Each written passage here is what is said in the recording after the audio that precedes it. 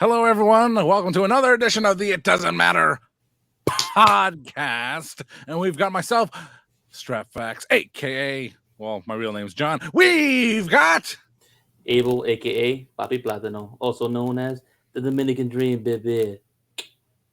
There he is. And the host of the show, we've got I am the notorious one. I am Dom. Where's my hand? Boom. There we go. We're streaming, baby. We streaming. We're getting a little wacky today because we're covering a wacky pay-per-view known as ECW Barely Legal 1997. I believe it's the only one. So there you have it. But this is a pay-per-view that, it's got a legendary status, a legendary history, but in some manners, it was kind of difficult to watch, but we will get into that momentarily. But let's go with the lineup of the show. Dom, what do we have going on with ECW Barely Legal 1997? So this is the first ECW pay-per-view of all time. There's no more Eastern Championship Wrestling. We're going to the extreme. This is Extreme Championship Wrestling. Shout outs to all our ECW fans. Dante, you wanted some ECW content? This one's for you, buddy. So the show kicks off with Joey Styles in the middle of the ring, and the fans are hot. They're chanting ECW, and them tag team champions, them dastardly Dudley boys of Bubba Ray Dudley and Devon Dudley come out with Sign Guy Dudley and Joel Gertner. The quintessential stud muffin. The quintessential stockholder. The fans are hot. They're chanting F you, Devon, and Devon is preaching and call them inbreds. Oh. You're hot garbage. Then Joel Gertner introduced the Dudleys, and their opponent for the tag team championships is the Eliminators of Perry Saturn and Cronus. John, who the hell is Cronus? And where the hell is he at right now? That's a very good question. Yeah, I was just getting ready to ask that. I mean, the Eliminators were, a lot of my knowledge from ECW at the time came from Pro Wrestling Illustrated magazine because, living in Connecticut, we didn't have access to ECW. I mean, and we're at that age where, we didn't have any money and internet wasn't a thing. So you had no access to ECW except for what you saw in magazines. So that's where I learned about the Eliminators. That's where I learned about Saturn and Cronus. Cronuts. I don't really know what the hell happened to this guy. But he was great as the first matchup would indicate. They were a pretty good actor, pretty good wrestler, and they were definitely over with the crowd. And of course, again, they were 3 times tag team champions after this little matchup, and he just disappeared. This was ECW, was the distant third brand in the Monday Night Wars. And I'm not really sure what happened to this guy. And he just got lost to the annals. I always know when I say that word, the annals of history. Annals of history. Annals. Yeah, we always say annals. Listen. Extreme, baby. Extreme it is. Notorious. But the Eliminators had quite a good, awesome finishers. The version of the high-low. They clipped the opponent's legs from the front, and from the back, and I think Saturn did that, the leg sweep, and then Cronus did the leg lariat to the top, and they did this to Joel Gertner, the stockholder, before the match began, and then they had the match with Bubba Ray and Devon, and like I said, it was just it was a quick little opening match. They were over. And the crowd loved the Eliminators, and they were very happy when they won. So it was a feel-good moment to kick off the ECW pay-per-view. So you're being too bashful. From what I've seen, the Eliminators dominated that whole damn match. Seemed like the Dudleys had no offense whatsoever. Cronus was out there looking like a cruiserweight. Saturn, like I said before in previous shows, I don't know why Saturn didn't get the push. Maybe because he can't talk or whatnot, but the way Saturn went, Saturn got busy back in the day, especially at that time of ECW. They were over. The fans was hot. And that what's it called? Total Elimination. That shit was dope. At that time in 1997, you ain't see stuff like that. That was pretty cool. It was pretty cool. And, you know, my favorite game, playing to the future. Where would Saturn be in just 3 years? Hell, where was Saturn be in a year? Actually, was he in WCW in 1998? Well, FWCW. We're talking about the WWF, brother. The Radicals debuted in WWF. All right. But yeah, just think about that era of time and that in the entire amount of time that Roman Reigns has been the undisputed WWE Universal Heavyweight Champion of the world, Saturn had careers in 3 major pro wrestling companies. Not 1, not 2, 3. That's right. Triple threat. Which would be so this is where AEW get their tag team division from, because they do tornado style. So let's just play it out like that. There was not one damn tag in this whole match. Yeah, that's what confused the hell out of me. I was like, is this tornado tag? Is this regular tag? I don't think I was. I've heard of ECW and I watched a little bit here and there, but I wasn't totally invested in it just because, like you said, being in Connecticut, you couldn't catch it all the time and you couldn't follow it because you're up at like 2-3 o'clock in the morning just to even watch an episode. I'm like, what is going on here? Like, is there a tag? Did the bell not ring, or what is going on? And like you said, the Dudleys like taking the L like that. I'm not used to that, especially those guys. I was like, wow. Were they getting ready to leave? No, not this time. Not yet. They wouldn't leave for like another year, right? Or close to about. I think it was like 99 or so they left. I want to say like 2 more years. 99. Really? Yeah. I could have sworn the Dudleys showed up in like late 98 going into the early 99. No. God damn it. Sorry about your damn luck. I guess my mind was like I said, totally eliminated. Oh, that's it. So this is for the tag team titles. Yes, this is for the tag titles. The Eliminators won the tag titles, and Joel Gurn at the end of the match, he tried to explain that the Dudleys won by the stud muffin scoring system. But the Eliminators, they didn't care, and they hit him with the total elimination, and boom, there you go. The Eliminators, your new tag team champions at Barely Legal. That's how you kick off 1997, their first pay-per-view. Yeah. Okay. Yeah. Wait, I'm a little lost. Didn't that happen in the beginning of the match, or was that the end of the match? That was the end of the match. That was the end of the match. Who did they do the total elimination to in the beginning? Oh, was it? It was Sign Guy. Oh, yeah, okay. Sign Guy Dudley. Yeah, I was Sign Guy. So Sign Guy first, and then it was Gertner. Okay. Well, yeah, it was 3 total eliminations. That's true. Yes. Fabulous. All right. So after this, we get Chris Candido. If you guys don't know who Chris Candido is, he was in WWF and WCW later on in his career. He was Skip. I was going to say Sonny, but no, he was Skip. He was inside. That damn cook. Anyways, he showed up in the middle of the ring. He had to sling. He talked about a year before then that he was in WrestleMania with his tag team partner, Dr. Tom, and he's with somebody that he can't name. Everybody knows it was Sonny. And that he wanted to be at this first ECW pay-per-view. But due to injury, it is what it is. At some point in this show that he is going to be, involved in one of these matches. Yep. And that's what happened. Damn, Chris.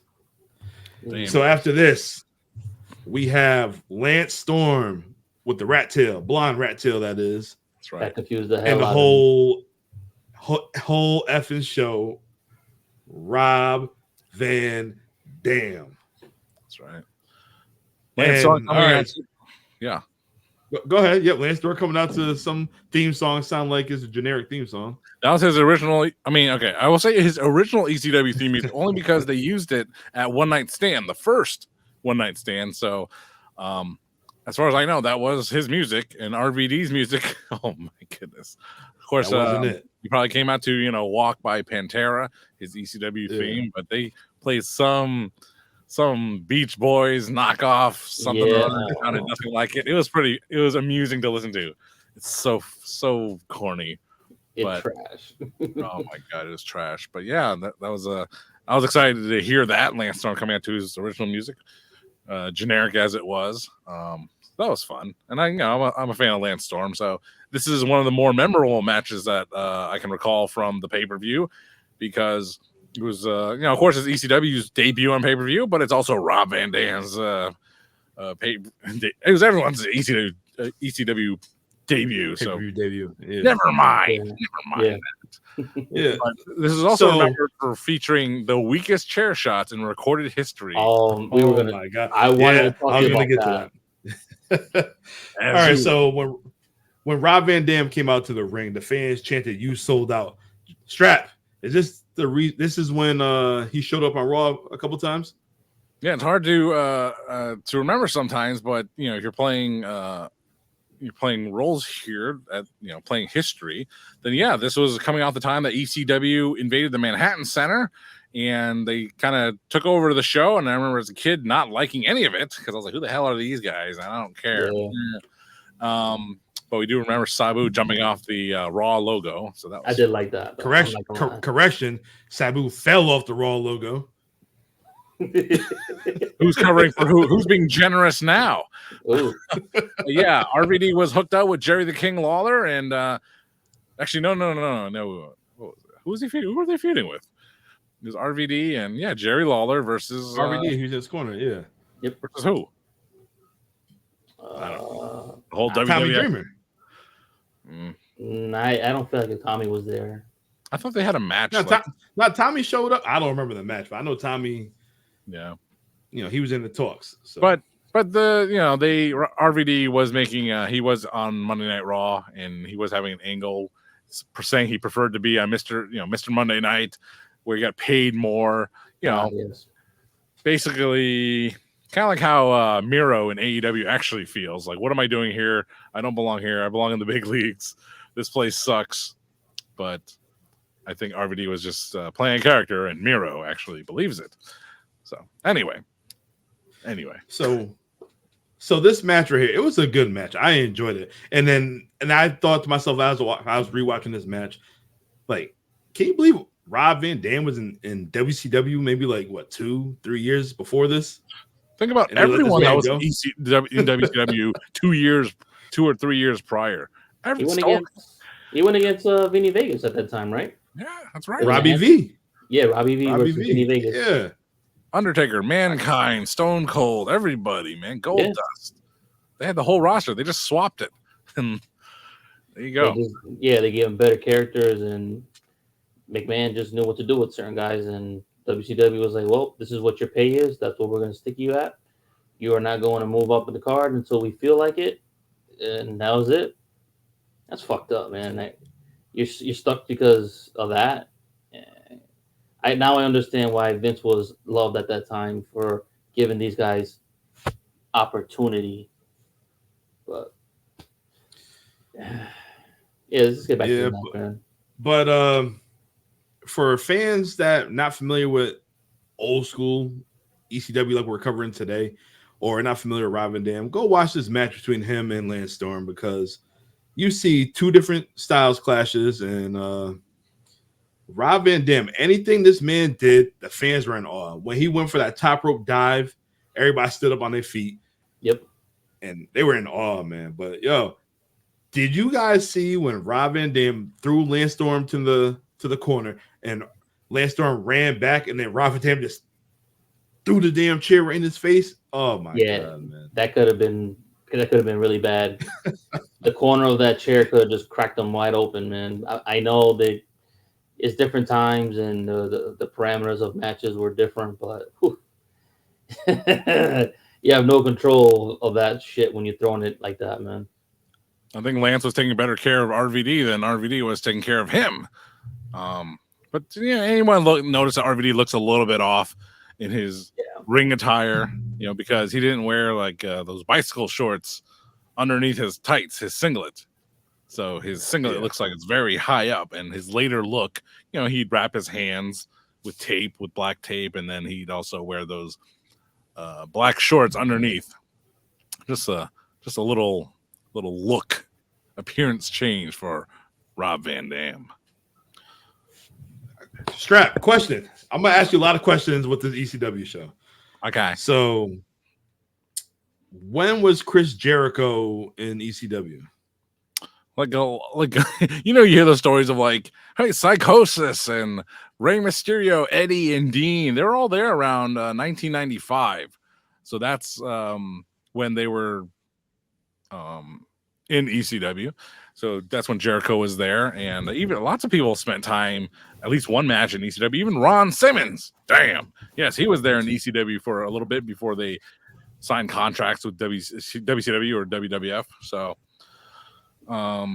yeah, that's when he was there. He was still doing his Lionheart gimmick in Mexico. So yeah, I would say right around 1995, 94, 95. Was Lance Storm ECW at the time too in 95, or this like his first time?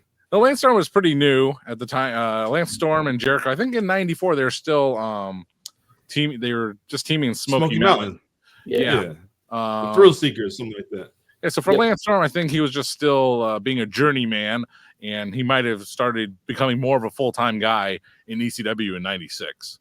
But they were never together in ECW, as best as I can remember. So no, they weren't. No Thrill Seekers there.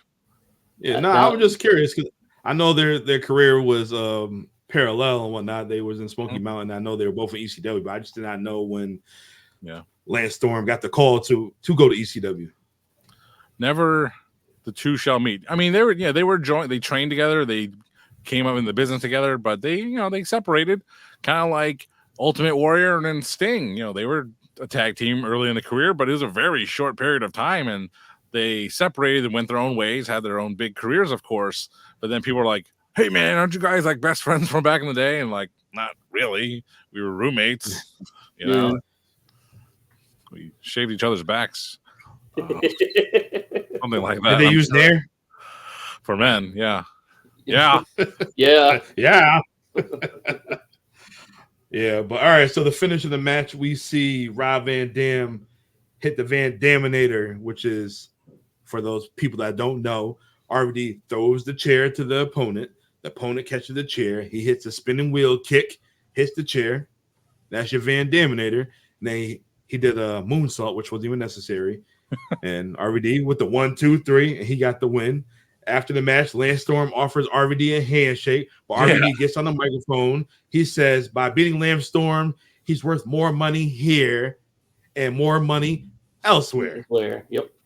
And the fans start chanting, "Get the fuck out." Yeah. RVD was quite verbose at the time.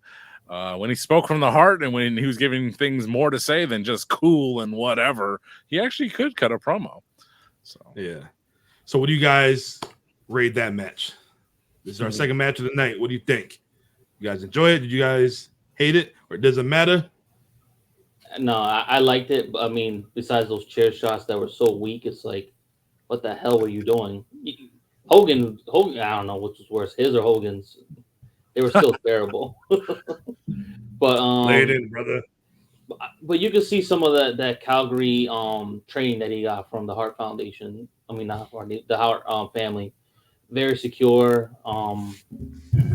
They're very, very good, very safe. Every movement made sense, but I don't know.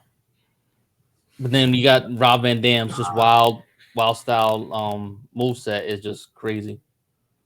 It's a difference of fighting styles, but I don't know. Something about that Calgary training that these guys get. I like it. Brett, Owen, Bulldog, those matches always just make sense when they're in it. Benoit, Jericho. It's a whole murderer's row, some would say. Don't you dare. It's Dom's boy. But no, this match definitely does matter. Like I said, it's featuring two young athletes just starting their careers, and they would go on to bigger and better things. I know you try to cut me off, guys, but the fact remains that this match does matter in the annals of pro wrestling history in ECW Barely Legal. Lance Storm, RVD, two young stallions. And they would go on, so they would just be great athletes. And, I have both of their action figures, huh? And I have not sold them on eBay. Not yet. Not autographs yet? Autographs? Yeah. That's tomorrow. No. That was last week. No, I had these figures. They're loose, baby. They're loose. I got them from Figures Inc. I bought all the ECW figures, and RVD was like my favorite figure. And yeah, that's a whole other subject for Kurt Hawkins and Zack Ryder to mull over. So, but do you have New Jack? I have New Jack, and when he, I kept all the original packaging. So I opened the figure, and I would still have the card back and the little plastic thing. And those figures came with little stickers. A bunch of stickers or trading cards. And when New Jack passed away, there's no more opportune time to sell your action figure that you have in your collection than when one of them passes away. Wow. And I had that for New Jack, and it was actually going for quite a hefty penny, but I waited too long, and the prices have settled down. And I guess I'll just hold on to it until the next New Jack big story happens, whatever that may be. I don't think so. I think they're done with that. Yeah, I mean, he just had the Dark Side of the Ring episode, and then he passed away shortly after that. Yeah, unfortunately. Well, all right, our next match, we have an international 6-man tag. We have the Japanese BWO of Taka Michinoku, Terry Boy, I can't say his name, and Dick to Go. versus the great Sasuke, Grand Hamada, and Yakuji, whatever his name is. God bless you. Sorry, my headphones cut out. What was all that again? Yakuji. Suck it to me. No, he's on next week's show. Which one's the Green Power Ranger? All right. That wasn't the great Sasuke. I know that. No, I know Sasuke. Sasuke had the all black on with the mask and the cape. So the only ones I knew in this matchup were Taka Michinoku, the great Sasuke, and Dick Togo, because Dick Togo is still around. He's in the House of Torture stable in New Japan Pro Wrestling. Wow. And he was also in the original Kai and Tai. But those are the only ones I knew. They had this dude. They had this guy. He dressed up in green and white. He did look like a Power Ranger, and all the fans were, of course, chanting Power Ranger at him. And then you had this other guy. I think his name was Grand Hamada, maybe. I'm not sure. Hamada. Grand Hamada. I heard of that name. I don't really know much about him, but they said, "Oh, look at this." He looked old, but he was like 45, and which is commonplace for wrestlers nowadays. Damien Priest is only 3 years away from that. But yeah, this was a 6-man tag team match, promotion versus promotion, I think, or it was the Michinoku Pro versus Michinoku Pro. And they were the if this was currently, they'd be the the hot indie Japanese group like All Japan, or All Japan is not a Japanese indie, but like a Dragon Gate, I guess. Okay. But this match featured a lot of quick action, the likes that no one had really seen in America at that point. And just watching this, and I was ashamed at my lack of knowledge of who these guys were. But some of the guys weren't. The Green Power Rangers, a little impressive, but I still would never remember him, and I never saw him again. So never mind. I seen him. I thought that was Jimmy Wang Yang. That's what I thought it was at first. I didn't think so. I mean, I know. I did hear of the great Sasuke, though. I've seen him here and there. Yeah. Dick to Go. Grand Hamada too. Yeah, Dick to Go. I've heard him in previous fucking. Yeah, he's been everywhere. He'll go anywhere for the right fee. Just got Uber it for you, ladies. Oh. Yeah, and Terry Boy, he's a big Terry Funk fan. Ah, yes, Terry Boy. I forgot. What's his real name? Ryan Smith. I can't think of his real name. Yeah, sure. But Terry Boy's pretty cool, though, so there you go. Yeah. But it was an entertaining match. I enjoyed it. Like the BWO Japanese version, the Taka's group, they were over. And I was very surprised that they lost the match. I'm very surprised about that. Yeah. I'm surprised that Taka took the loss too. He got the pin, or he got pinned. I think Sasuke was like really big in that time during that era. I don't know how how important he was to the Japanese culture at that time with certain wrestling. It's basically like maybe like their Okada or maybe the smaller version of it. Sasuke? I think so. If I recall that back then he was like one of their more famous wrestlers, so they kept him strong a lot. Well, this is all hearsay because I don't know for sure, but there's these clips that were passed forth online. So the great Sasuke was going one-on-one with a very notorious Japanese light heavyweight named Jushin Thunder Liger. Ah, yes. So you have allegedly, like a mainstream, like a main promotion talent like Jushin Thunder Liger, of New Japan Pro Wrestling, going off against this independent upstart known as the Great Sasuke, and the Great Sasuke botched a move, and so Jushin Thunder Liger's like, see, he really did these mannerisms, like, see, look at this guy, you guys think he's great, you guys think he's this Will Ospreay guy, you think he's so awesome, he just botched a move. But then Jushin, it was like maybe it was a spot, because then like Great Sasuke rolled him up like in a small package and got a near fall on him, So I'm not really sure what that was about. It's one of those things you see online. Someone writes a description and you just believe that description. You don't know the backstory behind it. But that's what I believe about the Great Sasuke, is that he was just a popular independent talent, but maybe not as good as the major league guys. So there's your bias from the late 90s. So after this, did Taka get signed to WWF? Yeah, they had a match at the Calgary Stampede, and that led to Taka and the WWF starting a light heavyweight division featuring the likes of Scott Taylor and Brian Christopher and Crowbar, Devin Storm, and so many great cruiserweights. Sure, that was basically their super crazy, super loco, super loco, yeah. Yeah, that was so stupid. That was their answer to the WCW Cruiserweight at that time. So dumb. It was not even close, man. I got to give it to Eric at that time. He had the right wrestlers for that division at the time, and WWE was never going to push the light heavyweights. No matter what Vince had in mind, he was never light heavyweight. Fuck that. Yeah, Vince stole everybody from ECW, or Eric stole everybody from ECW, and Vince stole everybody from Smoky Mountain. Or WCW. A big circle. Not for the light heavyweight, but yeah. Well, yeah. I'm talking about main stars. Yeah. Like Bobby Fulton. But I enjoyed the match. The only thing I did not like about the match was the camera angles. Like, this match was fast paced and the cameras wasn't picking up.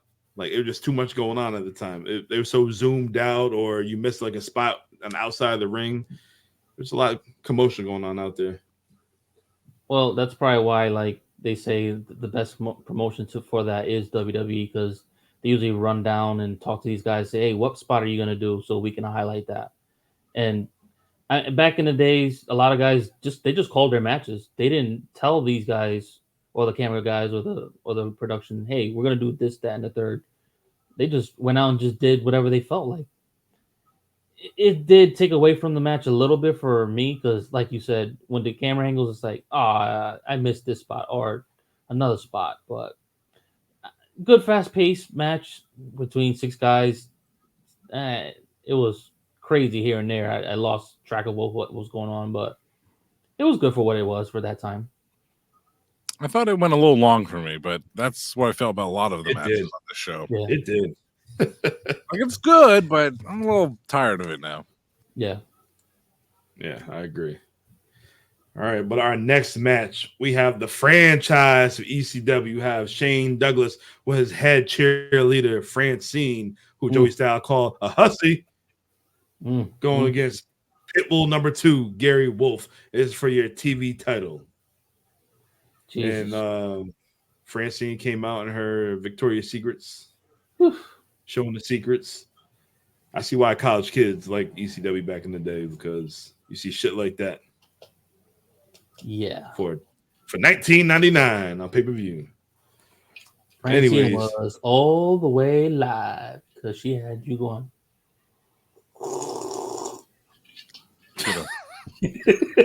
Strong cheekbones. So Shane Douglas gets on the microphone and tells everybody that you are looking at greatness. You are looking at him, and he's calling all the other people from other organizations a PUSSY, and that they won't show up. Of course not. And like you're calling out guys that you know they can't contractually be there. Like you're an idiot. This man was a school teacher. Next thing he became the franchise in ECW. Ain't that some shit? Yeah. Shane Douglas. Shane Douglas is a guy. He was very popular for his time because he was that character that, you know, a certain kind of fan got behind. And he's just another guy that's, you know, kind of like when Adam Pearce was, you know, still wrestling. And, you know, this is when he was in Ring of Honor. And he would cut these promos. And it's like, listen, man, Adam Pearce, I know you know how to talk. You talk well. You have a continuous train of thought, unlike me just now. But that's great. But still, no one likes you. And you're just good at talking. But it doesn't mean you're saying anything that anyone wants to hear. But that's who Shane Douglas was, and he got famous for saying famous names in his promos on ECW, and the fans liked it. It's like, oh my god, he's such a badass. Yeah, he's calling out Ric Flair all the time. It's like Ric Flair ain't gonna come to ECW. You know, he doesn't want to play bingo. So that's who Shane Douglas was. Might need to pay that. But that's what Shane Douglas was at the time. He was just a shit talker, and Paul Heyman liked him for that because that's what you did in ECW. If you were a great talker, they would put you on, you would get over, and that's who he was. And eventually he would go to WCW, return to WCW, and he'd finish out his time there, and he sucked there too. So I'm just not a fan of Shane Douglas. So yeah. Why is he blackballed from the business now? Do you know? It's because the Click didn't like him. Pretty much. Sean didn't like him. Razor didn't like him. So that's why he's blackballed. Oh, all right. Yeah. Maybe all these promos were real. Like he really did not like any of these guys. And they're like, all right, well, we have control over everything. Fuck you too. Well, he was a one-time Intercontinental Champion, maybe. Ooh. Yeah, because Sean vacated the title for some reason. Because he got beat up by 5 Boy Scouts. And he lost his smile. Not yet. Not that time. Oh, damn it. All right, so this fight against the Pitbull number 2, Gary Wolf, is because Shane broke Pitbull number 1's neck. And then, so Pitbull tried to get retribution for his friend. Man, franchise, he was ruthless in this match. He's trying to break this man's neck, hit this man with 3 consecutive pile drivers. Yep. This match was ugly. Like Gary Wolf had franchise, and like it seemed like he slipped, and franchise went through a table over the top rope. That should look terrible. Because Shane Douglas is terrible. It didn't do nothing for me. This match, it was too long for one. I think it should went over 20 minutes. It didn't need all that. And then when Shane went over the top rope, Gary Wolf with the broken neck, or the Pitbull 1 with the broken neck, got involved. Next thing, the Riot Squad, his personal security came through and escorted this dude out. And then Francine gave this dude like some brass knucks, and he hit him twice, and the dude kicked out. Then she gave him like a piece of wood, and then he kicked out. And then he goes for the chair, and then after the chair, instead of him trying to pin him, he tried to go to get the chain from his boot. This dude just stops him, and it was just too much. It was a clusterfuck. Yeah, it's another thing of like someone not booking properly or not having a proper ending to a match that should have just ended maybe 15 minutes in, not even 10 minutes in. 1, 2, 3, 10. Like you're the TV champion. 10-minute draw. That's it. Boom, boom, go home. like, are you trying to push this guy? Because this guy's not doing nothing. Like, all right, you ain't doing shit. Let's finish this. Let's go home. Yeah, just go home. Yeah, give more time to the main event. Well, the match ended with a wrestling hold, so the fans should be happy, right? It's like having a hardcore match, and the match ends with a backslide. Ooh. Well, he won the overhead belly to belly for the win. But after the match, a masked man comes out and he says, I'll take my mask if you give me your girl. So we see somebody dressed as Rick Rude, have the mask on, have the ravishing Rick Rude robe on. He gets in the ring and he stops swapping spit with Francine. And then Shane Douglas clocks him. But a security guard takes his helmet off and it comes to be Rick Rude. And yeah, Rick Rude. And the guy under the mask is Brian Lee, which was the fake Undertaker in 1994 at SummerSlam. And yeah. What happened to Rick Rude after this? I know where he ended up. No, just like you're talking about, Jericho and those other guys in '95. ECW was a stopgap for certain people. People like Scott Hall would pass through there a little bit. Psycho Sid, that big dummy, he'd go through there a little bit. Bam Bam Bigelow, he'd have a longer stretch of time in ECW. But it was like prison. Everyone had to do their time in ECW, and so did Ravishing Rick Rude on his way to his death. Just kidding. He was on his way to be Shawn Michaels' bodyguard in D-Generation X and then WCW. But yeah, they were just in it. They're off contract. They probably got done being paid with their Lloyd's of London health insurance, and they just were looking for a brief payday and to make an appearance on a big deal pay-per-view. So there you go. There's Ravishing Rick Rude, and of course Rick Rude, a member of the Dangerous Alliance, managed by who?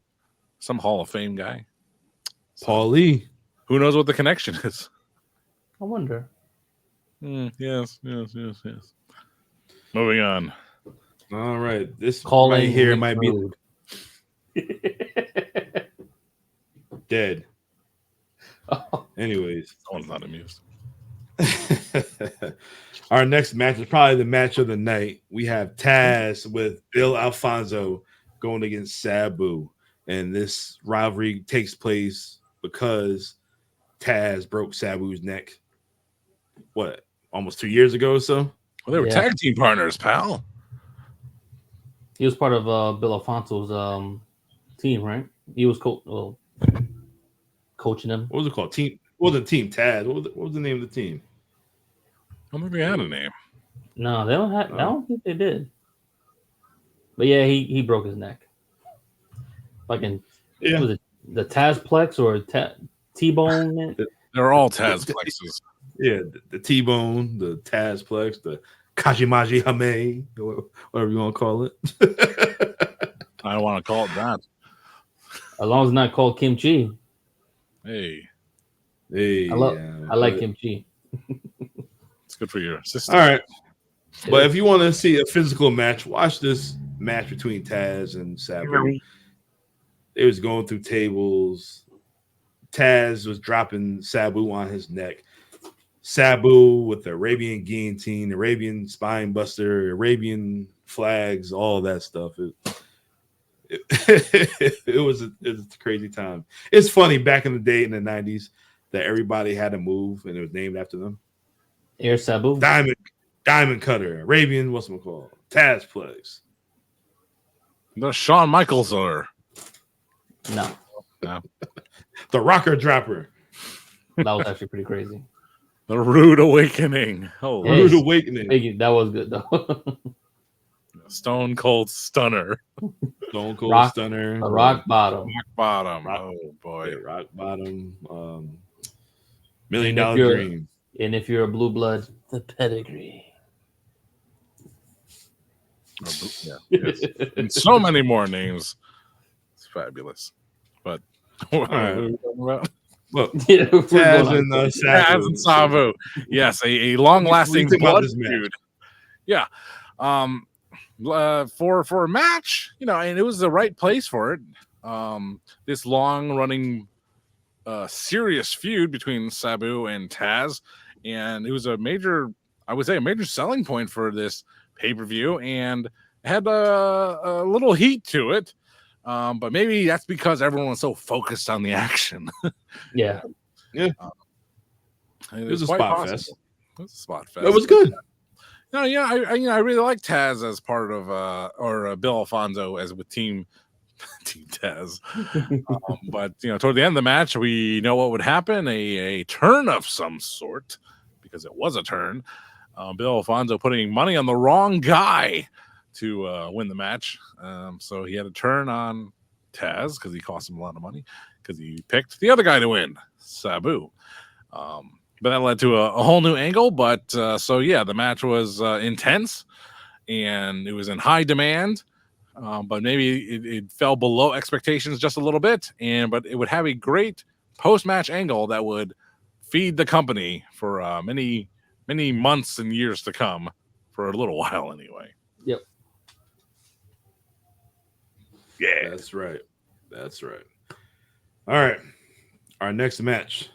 We have Tommy Dreamer coming out on commentary with Joey Styles. Oh, yeah, guys, Joey Styles is the voice of ECW. He's the one-man band, baby. Uh-huh. Except for WWF. Oh, boy. But, so we have I take it back, not no triple threat match. We have a three-way dance. Hey. And the winner of this match will face Raven for the World Heavyweight Championship, the ECW World Heavyweight Championship. Night. Immediately after. That night. Yes. So we have the leader of the BWO, Stevie Richards. Yeah. Taking on that drunk, the Sandman. Stone Cold Steve Sandman. That's it. And we got the hardcore legend, the icon, the man, Terry Funk. The Terry Funk. Not a boy. Merely a man. The man. So before we get into this match, God damn it, Dom. There's no Enter the Sandman. Oh, I fast forwarded it. I love that entrance, but I was fast forwarding it.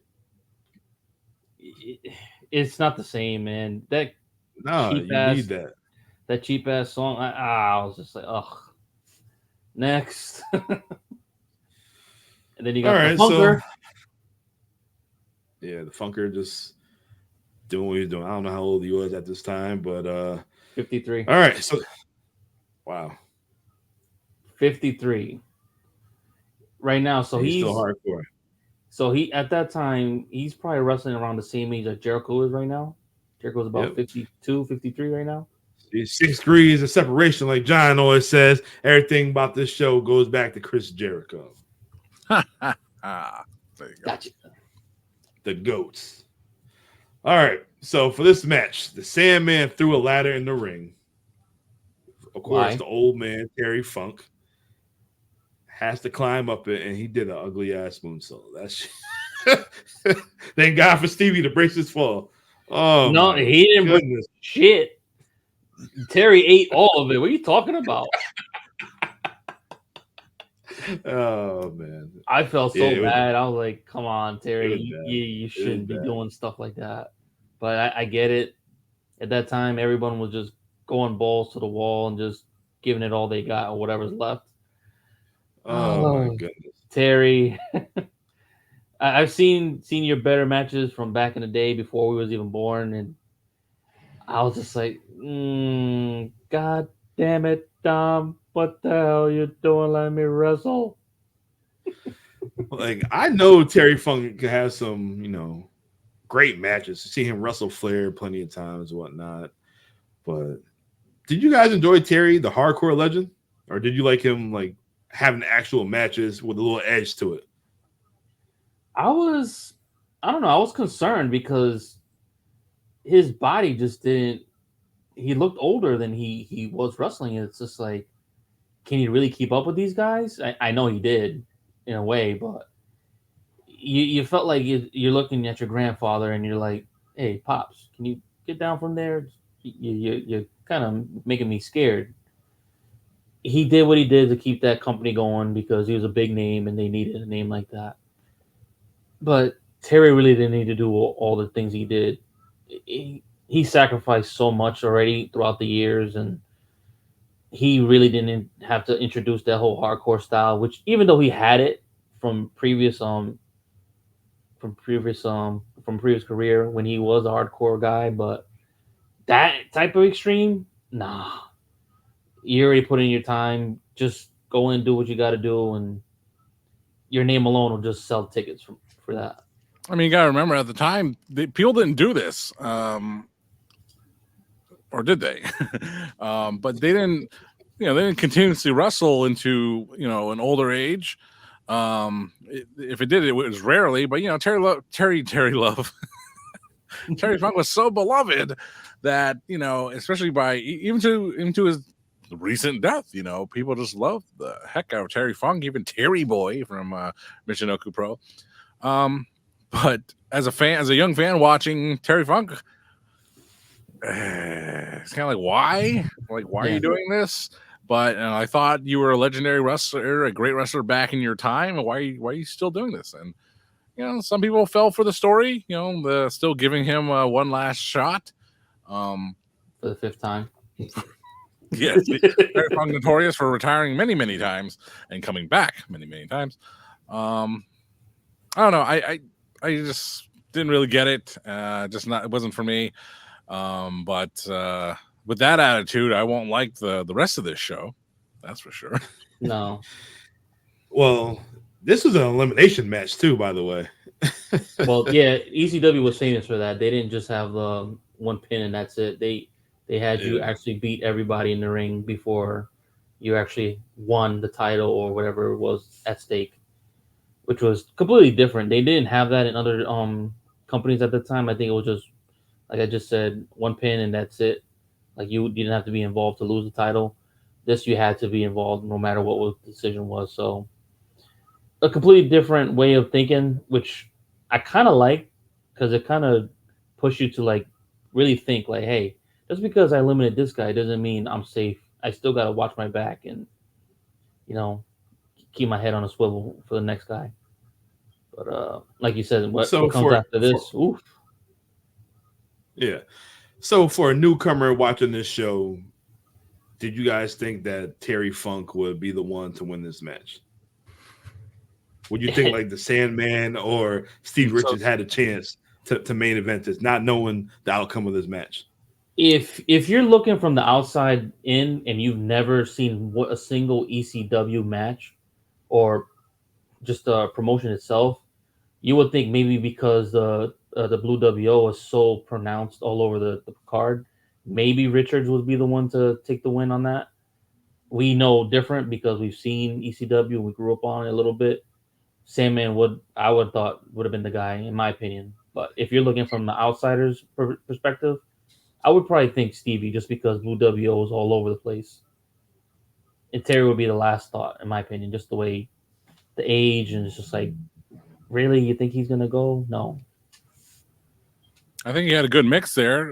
You had someone on a deep sympathetic level that you could push. You could go behind Terry Funk and his story, and I would say that Sandman would probably be like the popular vote, the popular favorite to win the match. But then you can't discount the rebel upstart, if you will, of and popularity of Big Stevie Cool, the BWO. So you had a good mix of contenders there. But the person you would probably put money on the least would be Terry Funk, and that's the guy that won the match. And even before, throughout the show, throughout this pay-per-view, they had some hype videos with the Sandman. They actually had a hype video with the Sandman featuring some god-awful fake beach music for a very long time. I wonder what the real song was. They had a little bit for Terry Funk, and they had a little inset promo, backstage promo with Stevie Richards with his wild, funky crack teeth. That's what'd you get out of that promo? He needs a dentist. But Terry Funk would be the victor here, and Raven, that Johnny Polo cologne wearing weirdo, the ECW champion, he'd come out and he would he'd try to wrap up this Terry Funk sob fest really quickly, but that was not to be. That was not to come, because what would happen, Dom? What would happen to Raven? Nevermore. Raven would come out and he beat the hell out of Terry Funk. That's what happened after this match. Yes. After the three-way dance. This match went little under 10 minutes or so, because I feel like that three-way dance, that was up there. Like the last like 3 matches, That was a real like 20 minutes plus. Yeah. But yeah, Raven, he beat up a battered Terry Funk, and Raven's flock came out. Then Tommy Dreamer comes out.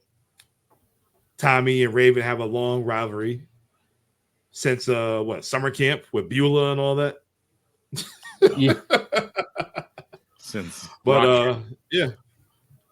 But Big Dick Dudley hit Tommy with a garbage can, and because Raven was distracted, and basically, long story short, Terry Funk got the win. That's basically it. They made Terry the champion on this brand new version of ECW in their first pay-per-view. Yeah, barely legal. Well, and then on a happy note, I guess, if you're a fan of Terry Funk, if you didn't believe in the story, then a terrible moment for you. But that's how they ended the show. And that was ECW Barely Legal. Yes, he won with a small package. That's why he's barely legal. Oh my God. He's saving that one. Really that ending, huh? That was that was a layup. But this pay-per-view as a whole, it's like again very notorious and very legendary for what it is. As a matter of fact, the generator went out on the show. They lost electricity minutes before they went on pay-per-view, and miraculously it came back on. But production-wise, quality-wise, video-wise, the show is a little hard to watch because it is a product of its time, but it's not like Turner Broadcasting was behind it. That's why you can watch Ricky Steamboat and Ric Flair from Jim Crockett Promotions now, because it was filmed somewhat properly, a relic of its era. This is ECW 1997. By that point, we're used to a little bit more slick production from both WCW and the WWF.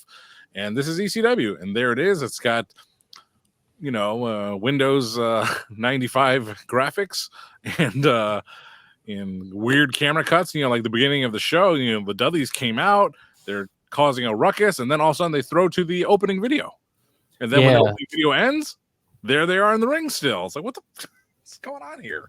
And they called them the Pulp Fiction style promos where, like Stevie Richards, he would just like not look in the camera, he would just look to the side, they'd play some kind of funky music in the background, and he'd do this really long, intense promo, and they did a bunch of promos like that.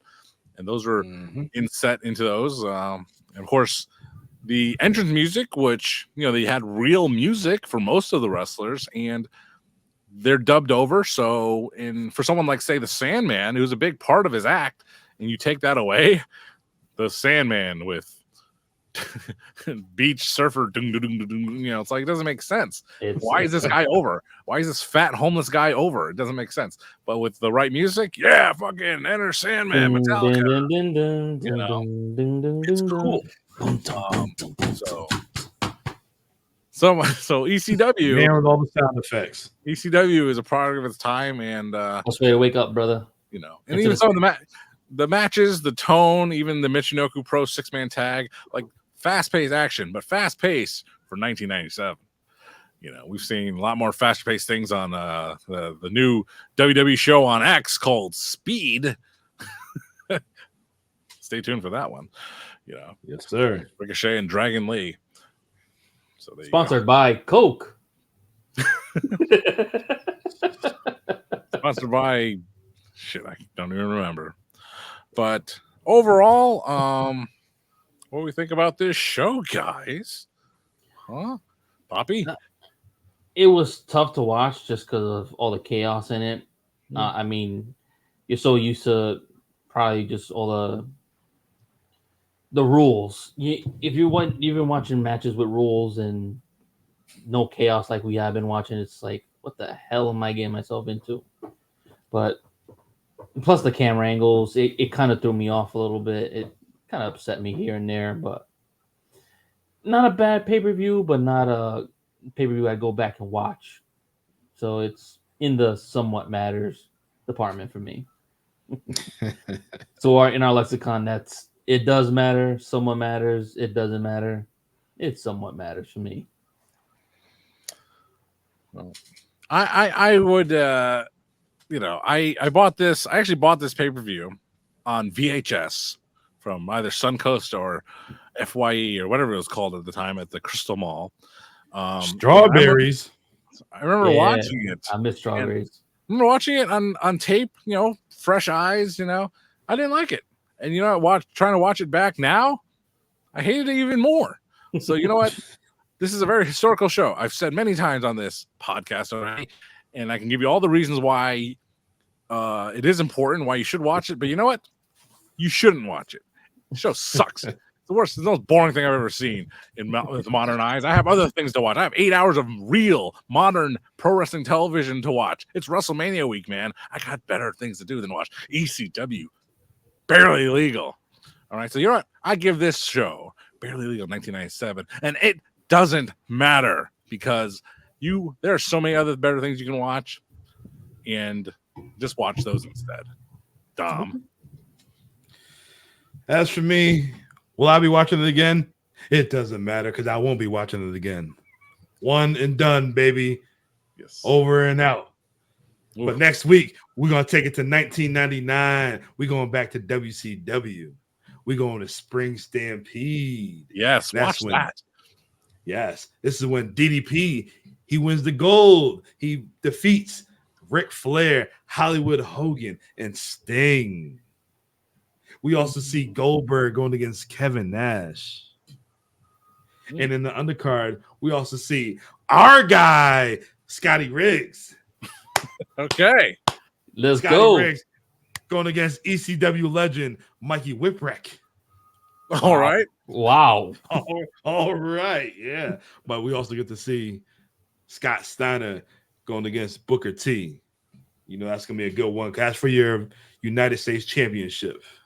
All right. Sweetness. So next week will matter. Spring Stampede 1999. Yeah. Can't wait. How you do? Yes. But until then, I'm the Notorious One. I'm here with John Lee, a.k.a. Strap Facts. I'm here with the soon-to-be Poppy Platino. And we will see you next week. Boom. Wait, hold on. Wait for it. Boom.